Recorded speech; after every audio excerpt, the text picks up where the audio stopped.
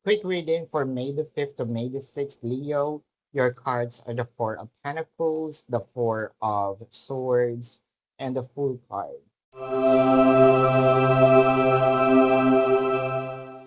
So, parang nagsawa na rin si person ng kakalaro, no?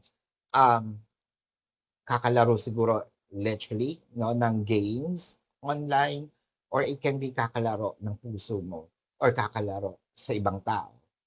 What I'm trying to say here is nakikita natin yung pagod nila. Parang bumabalik din sa kanila kasi yung ginawa nila. It's part of, probably sabihin natin karma, kung ano man yung ginagawa sa'yo ng person mo, I feel like ititigil niya ito because of siguro hindi niya na rin kaya yung exhaustion or hindi niya na kayang kumuha pa ng alibis.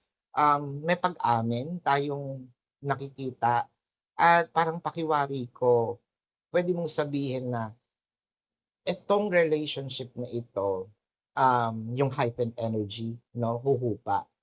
Hindi naman agad-agad yung pagbabate or yung harmony, pero at least hindi na dumadagdag si person sa alalahanin mo.